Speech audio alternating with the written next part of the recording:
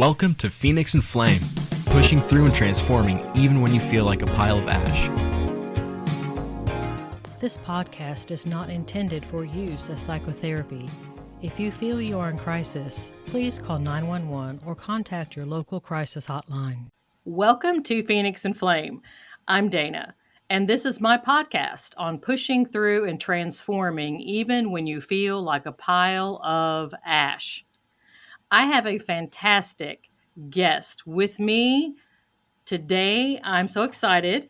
Her name is Lois Letchford. Now, Lois was the co-founder of Teaching Students with Dyslexia Writing and Reading program, but she originally trained as a physical education teacher and then became a literacy specialist after her son failed to learn to read. Now, her passion came after trying to remove his label of, quote, the worst child ever, end quote, to see him achieve actually to a PhD level. She inspires parents and teachers and listeners to believe in themselves, to seek solutions beyond the average, that they can achieve the impossible. Lois, I'm so excited to have you on my podcast. Welcome. Thank you, Dana. I am so excited to be here. Now, you also said that you share with your listeners the power of following instincts, mindset, and the value of living in the moment. So at some point along the way, I love all of those things, and there's so much stuff to get to. You know, I'm just wondering right off the bat, I just have to ask the question, who labeled your son the worst child ever? I have to know this. The school diagnostician, and there's a story behind it. Please tell. My son failed first grade. I sent him to school every day for him to be shouted at by his teacher. He wet his pants, he bit his fingernails, and he stared into space. Then we test. The testing at the end of the year tells you that he can read 10 words, he's got no strengths, and he's got a low IQ. And that puts a child into a box. Can't learn. And the testing was done by the same lady. Okay. We are an extremely privileged family, and my husband's a professor, so he has study leave the next year. So the family goes with him to Oxford, UK. And I decided to work with Nicholas myself. And I start working, doing the normal stuff, and it doesn't work. I'm getting upset. I'm getting really upset. My mother-in-law is with me, and she heard me, and she said to me, Lois, put away what is not working and make learning fun. Whew. She gave me a chance to breathe. Yes. I start to write poetry for him because I know he's got to do so much. Okay, let's do poetry. Then we illustrate these tiny little poems like Mug on a Bug and Windmill on a Hill, all these things. And instead of my child being terrified, he's smiling and he's laughing. So the poetry builds and builds and builds until you come to double O's, as in look, cook and book. And I wrote the poem, Captain Cook has a notion there's a gap in the map in the great big ocean. And he took a look without the help of any book, hoping to find a quiet little nook. And if you know Captain Cook, do you know anything about Captain Cook? I do not. Yeah. Captain Cook was the last of the great explorers, who was an incredible navigator and map maker who completed the mapping of Australia in 1770. So we're Australian, so we've got that connection, and we've got all these many connections, and we're living in Oxford, UK. While we are talking about Captain Cook, my son says two things to me. He says, can I see Captain Cook's original maps? When he said that, I thought, this is not a question that comes from a child with a low IQ. That's number one. And then he said to me, and who came before Captain Cook? And I said, well, that's easy, Nicholas. That's Christopher Columbus. And he said to me, and who came before Columbus? I am floored. Wow. It doesn't matter how slow his learning of decoding was, which was in snail's pace still, but he's getting it. but hearing his thinking blew me away. So we returned to Australia. I am over the moon. I'm excited about Nicholas and his learning. And we've gone from this kid who can't do anything to ask these amazing questions. And I said to her, we've had such a fantastic time in the UK. And Nicholas has learned all these things. She stood there, put her hands on her hips in front of me and said, well, he's the worst child I've seen in 20 years of teaching. Oh, wow. Oh my goodness, because the labeling, because I know there's listeners right now that they themselves have been labeled and or their children have been labeled, and those labels are so hard to overcome because you get in your head that's what I am. And that's all they can do. That's all they can do. Are you ready to hear the next bit?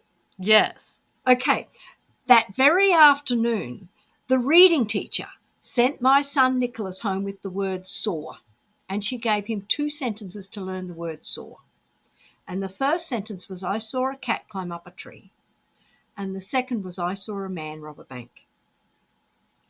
Nicholas is standing with this little piece of paper in front of me, and he reads, big breath because it takes a lot of effort. I saw a cat. And he stopped. And he went back and he said, I was a cat. And he shook his head. No, he said. I was a cat and I had a cat. And he just handed me the paper. Mm-hmm. It took me a while to work out what was going on. The word saw has 3 meanings. He is using the concrete meaning because he's on the autism spectrum. Kids in the autism spectrum will see the concrete, not the abstract. So when I saw a cat, he stopped because that doesn't make sense because he cut the cat in half. That's the problem. And he knew he never was a cat, and the other 2 just don't make sense. What has the teacher done? First up, the child is dumb. That's why he hasn't learned to read. Excuse my language. The child is dumb. That's why he can't get it. Instead of saying, what have I done as the teacher? I have failed to give this child the meanings of the word. And I've given a sentence, A, that he has never seen, and God forbid all of us, I hope we never see a man rob a bank. That's a sentence that should never have come out. And on top of that, and there is where I'm sorry, I do start to get angry, our family had spent 6 months in another country, and she couldn't find the courage to sit down with Nicholas, and she's working with him one-on-one to say, Nicholas, what did you see in England? And you would have had a different answer.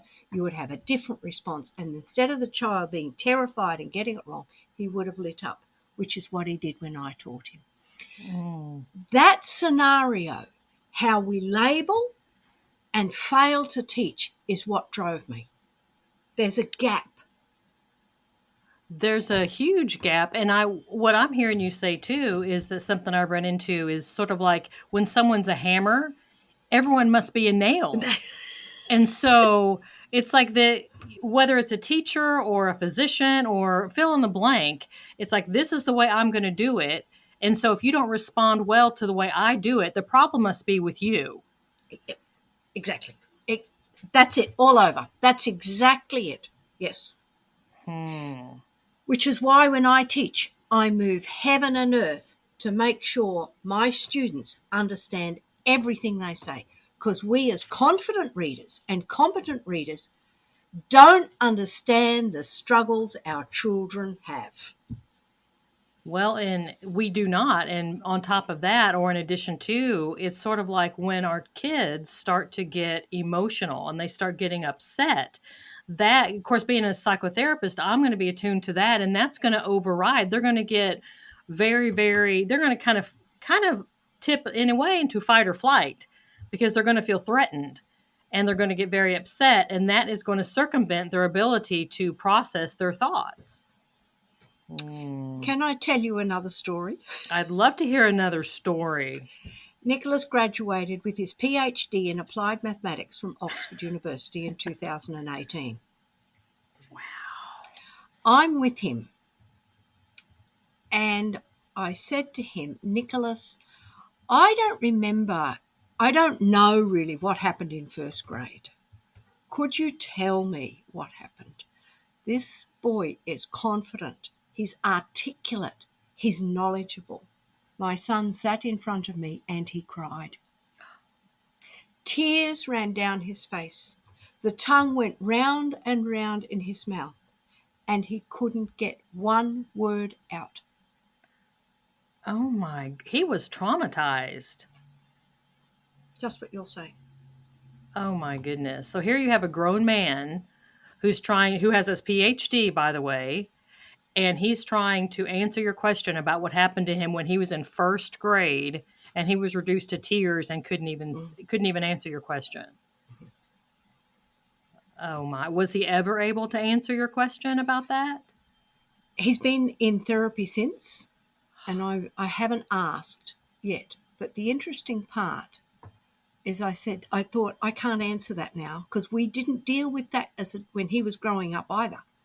As far as I'm concerned, a mother, I didn't have the skills, and B, I didn't know the damage that had been done.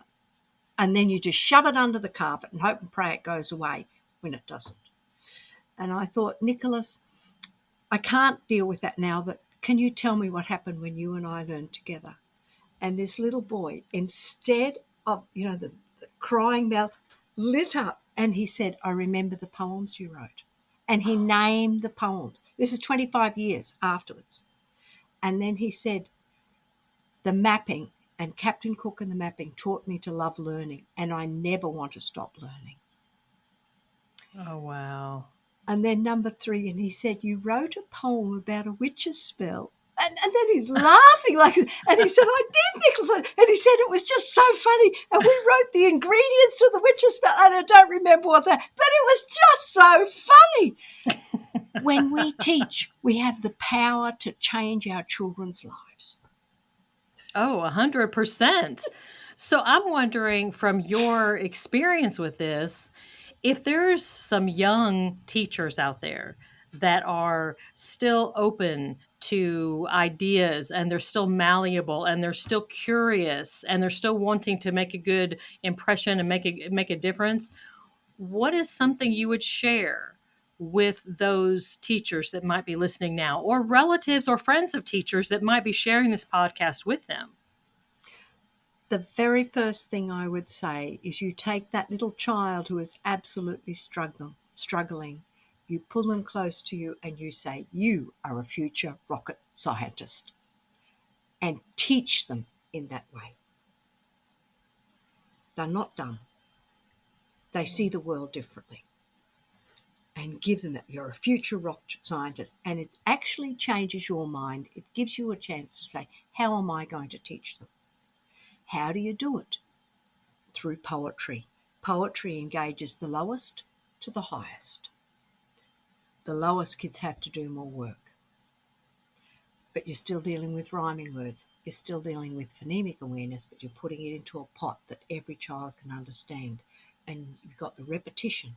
You're building the language in the child's brain. And the child's not being excluded, but they're being included. Got you. Well, and as I'm listening to you describe these wonderful, engaging opportunities, I'm thinking that it might be sort of like a tutoring situation or something like that, because I've had lots of different guests and I've had lots of different patients, and I've had some wonderful teachers who have told me what their experience is like. And many times, the teachers are amazing many times, and they've got a classroom full of kids and they're trying to do their best. And many times they don't have the backing from the school system. And not that it's anybody's individual fault, but it's just kind of a systemic thing. And the teachers generally, they're in the front lines, they're in the trenches, and the teachers I run into are very giving and very loving, and they spend so much of their own time and their own money trying to love and teach these kids. And so these things that you're giving, I'm thinking might be an opportunity, like for somebody to like augment what is going on in the classroom or something like that. What are your thoughts on that? What you've said is absolutely right. And particularly when children are coming into school for the very first time, we expect everyone at age 6 to have exactly the same language skills. They don't. Here's my son from this high socioeconomic background with a significant language delay, which you wouldn't expect. And we've only found out recently that there is a genetic proportion in his brain where his hearing is not formed properly. Then on top of that, he had ear infections from age 8 to 18 months. And that loss of hearing leads to a loss of language. You can't hear it. You can't do what other children do. So you've got this line at age 5 or 6 as children go into school. What's underneath that? Those that learn to read to ease have reached this line and will fly. Those that are underneath need to have it built up. And how do you do that? Through language, through poetry, through books, and help them build the language. And that's what we expect all the way through school, really. But it really has to be built more with these children who cannot hear adequately. I understand that 100%. I actually had several, I had tubes in my ears. I had 3 sets of tubes, actually. So I can remember that. I remember my mom standing behind me talking, and I didn't hear her. She was literally standing right behind me, and I could not hear her speak because my ears were so full of fluid that when I spoke myself, it sounded like I was deep in a barrel. And it sounded that way so much I didn't like the way it sounded, so I stopped talking. And I couldn't really hear the people around me because of all the fluid. And it was and had 3 sets of tubes to just drain all that fluid out. So that's a significant issue. What I remember when Nicholas was a tiny baby, 3 months old, and putting him on the change table, he would never roll. I remember, and just being shocked that he won't move. I know he won't move. And that was a problem with his hearing and vestibular system that wasn't diagnosed, wasn't acknowledged. Wow. So much going on that you don't know about as a parent. You're trying your best, but you don't know. You don't know what you're experiencing, what the child is experiencing.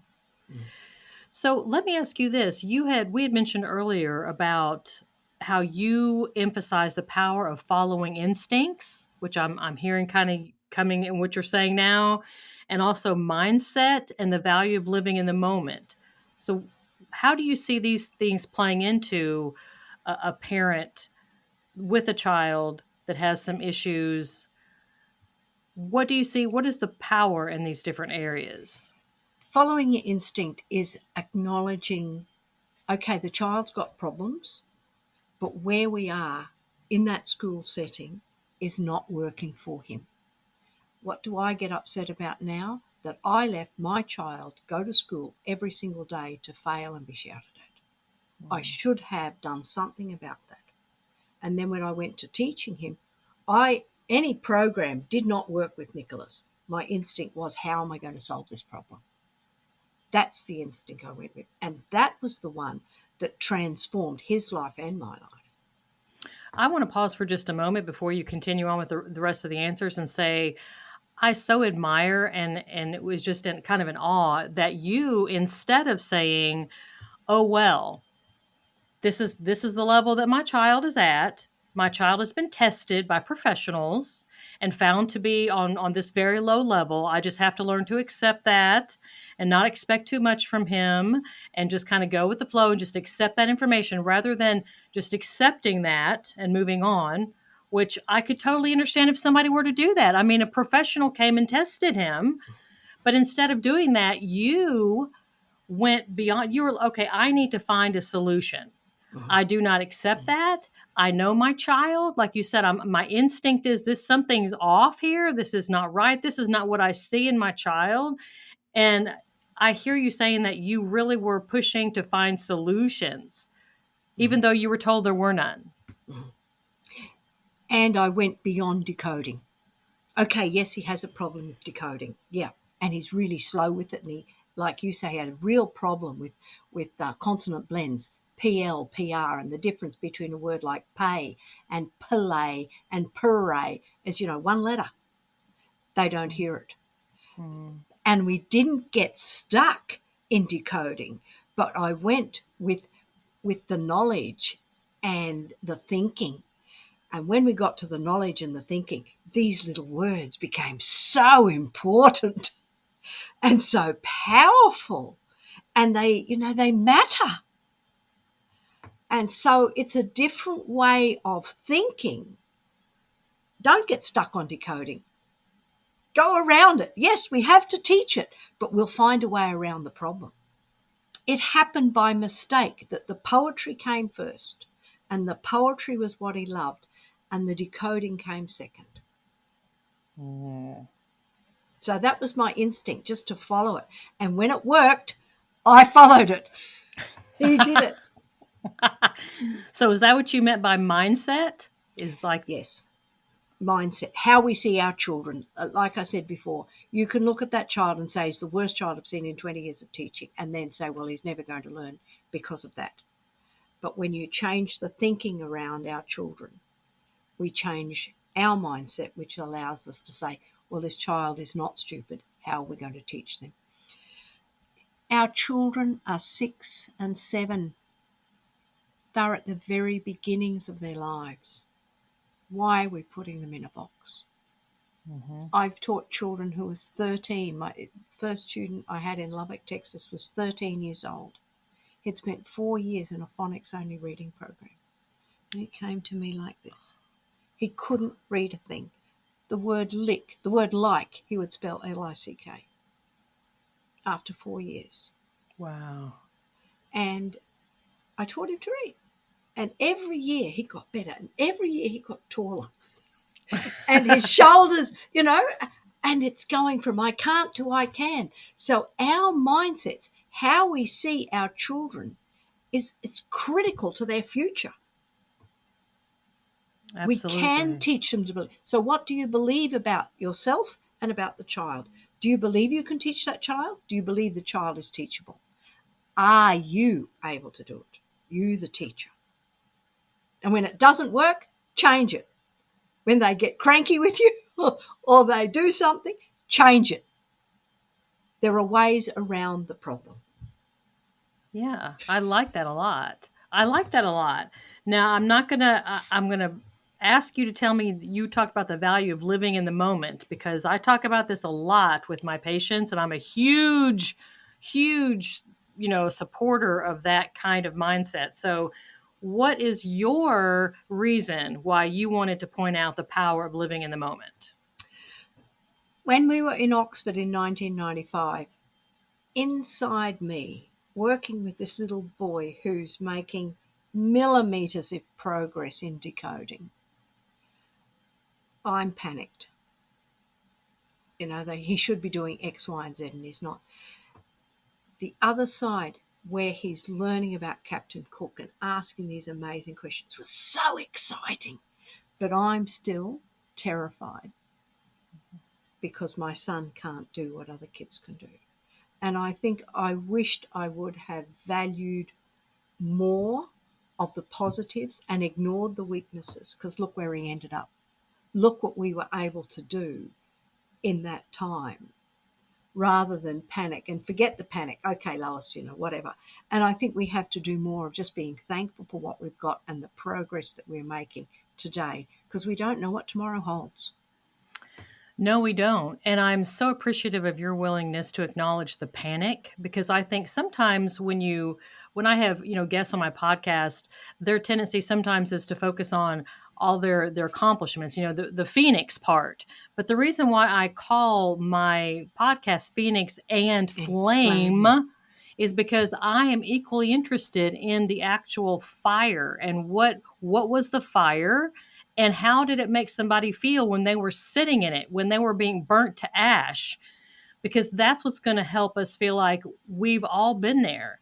And so what I'm hearing you say is, yes, there was that time where you were panicky, because I'm probably having listeners who are walking this leg of their life journey with their child or someone they love, and they are panicked.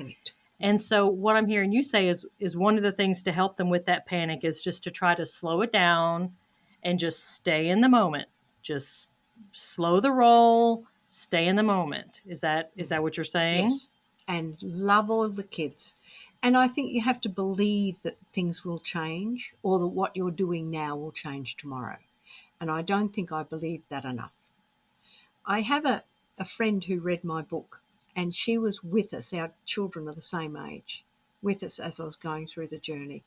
And she said to me, Lois, you underestimated in your book how much pain you were in at the time. I don't think you've told it truly.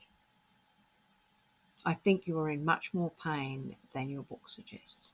And all I can say is you're right. You're right. The pain when children don't conform is just unbelievable. Well, and I know that your emphasis is on, the learning side and reading, and that's your huge passion. And we all have that. Mine is boundaries. I'm known as the queen of boundaries, and we all have, find our passion. But I think also, as I was listening to or reading your biography and learning about you, I couldn't help but also think about the comparison and the pain that parents have when their children do not conform in other areas other than academic. Maybe it's a social conforming or something, and they're seeing on social media and such where their peers, the other parent peers, are posting all of their pictures of their children doing this and that and the other, and their child is not. Maybe their child is different socially, or different in other kind of ways, struggling maybe with gender identity, or there's all kinds of things out there in the world right now that children are struggling with. And I was wondering, and I wanted to take a moment to get your thoughts on that, when that struggle that parents have, what that feels like as a parent when your child is not the same as the other kids. I have 3 sons. Number 3 has this very struggle now, as an adult. Now, what was your question again? Well, we're talking about when our kids aren't like everybody else's kids seem to be. And you can fill in the blank. It can be that they can't read as well, or they're not as good you started out as a physical education teacher. Maybe they're not very good athletically, or maybe they're not good in dance class, or they're not socially, they're not engaged socially. Maybe they don't have as many friends. Maybe they're not getting invited to parties, and as they get older, it's, maybe they choose not to go to college, or they choose different things, or they choose to have, their romantic interests are off the beaten path from society's general, or something like that. I think as parents, we kind of think that our kids are going to be just like the run of the mill of kids in society, in our community, but that's not always the case. And I wanted to get your take and your thoughts on that, of what it feels like as a parent, and how to help maybe some listeners out there are parents and their children are different than the common societal expectations. I need help.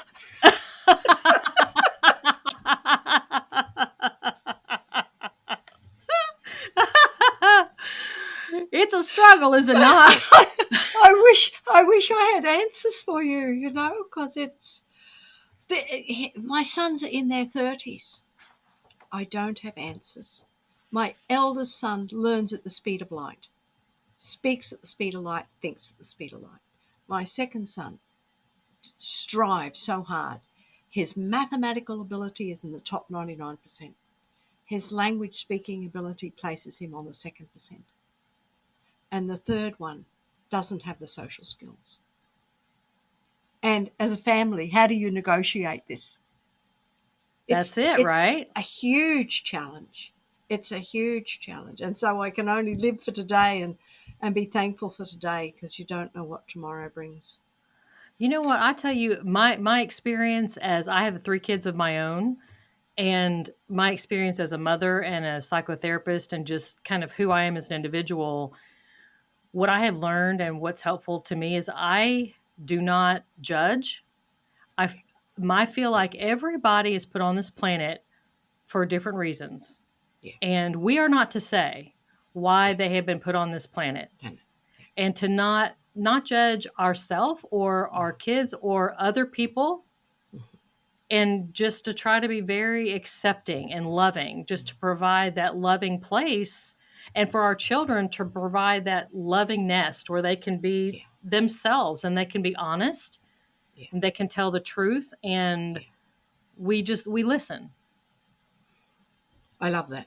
Yes, so that's what we have to do. And as you talk, I think I have to do more listening and encouraging, particularly the youngest, to do more talking with us. Mm. And we are to just accept. Yeah, Just accept. accept. I think it's very hard.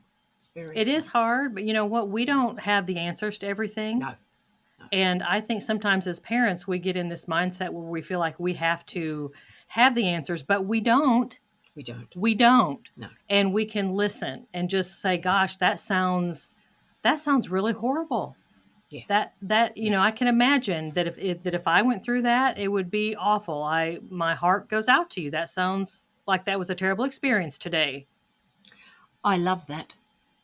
And I think we as parents need to have more of these answers, these phrases in it. That was a terrible experience, and that must make you feel really bad because it's Mhm. just happened recently. Yeah, to Yeah. my son. And stock up on knowing what to say before we talk to our children who are more difficult. Just like I hear you, Yeah, and just yeah, make that eye contact and just yeah, and nod our head and go, yeah, yeah, that sounds awful. yeah. And And we don't have an answer. a lot of it is against my thinking. You like you say, you go in as a parent and you're going to solve their problem, and you can't. You Uh-huh. can't do it. And even with children who don't learn to read with easily, you don't always have the answers. You can't always find the way out. It's Mhm. not that simple. And if you don't have funding when you've got a child like Nicholas, that's another story. Mhm. But the mental effort it takes on the part of particularly the mother with children who are difficult is huge.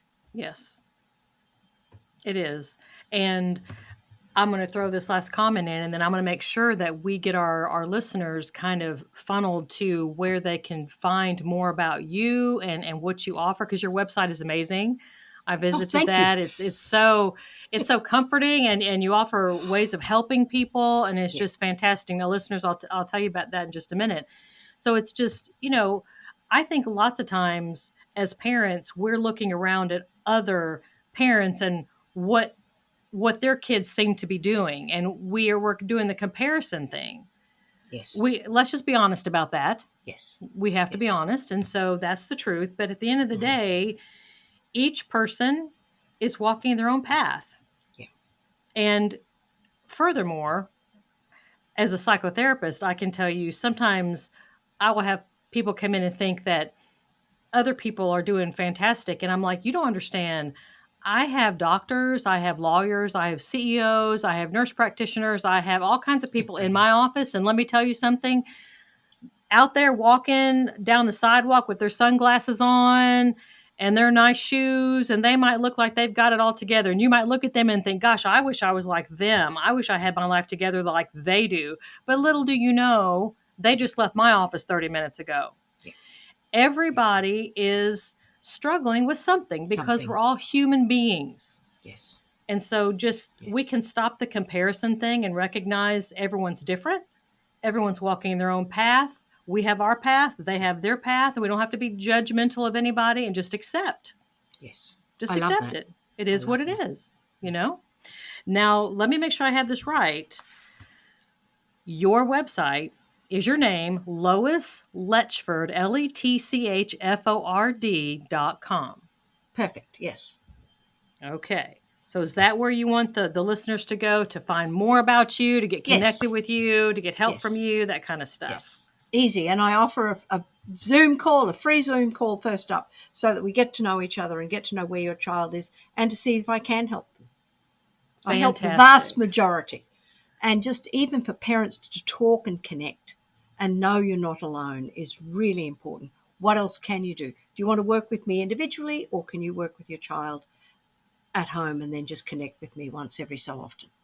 That support would be absolutely amazing, because then you're able to calm the parent down and give the parent encouragement and support, so then they can calm down and in turn help their child and be more relaxed about it. So their anxiety doesn't transfer to their child, and you will be able to help them do that. And that's amazing. That's such a gift. You said that because that's exactly what happened when Nicholas learned to read. I was still anxious. I was calm with him, but there's anxiety inside. That's it. Oh, Lois, this has been so much fun talking with you. We have had a blast today. Thank you. I am so appreciative of you being willing to spend your time and your effort and energy to come on Phoenix and Flame and share your expertise with my listeners. Thank you so much. Thank you, Dana. I'm delighted. Connect with me. We will definitely do that. Now, listeners, I know that you have heard multiple things today that you're thinking, oh, this is amazing. You might have, let's see, your book is Reversed, a Memoir. Yes. I love that. Okay, so keep that in mind, listeners. Reversed, a Memoir. Yeah. All right, can they get that on your website? You've got to go to Amazon. Amazon. There might be a link. I think there should be a link on my website to Amazon, but it's available at Amazon. And get it now, because the prices are going up in June because Kindle have upped their prices. Oh, okay. Got it. Yes. Okay. Well, listeners, take this episode and share it. Share it to your friends, share it with your family, share it with your coworkers, copy and paste it in text and email, put it on your favorite social media platforms.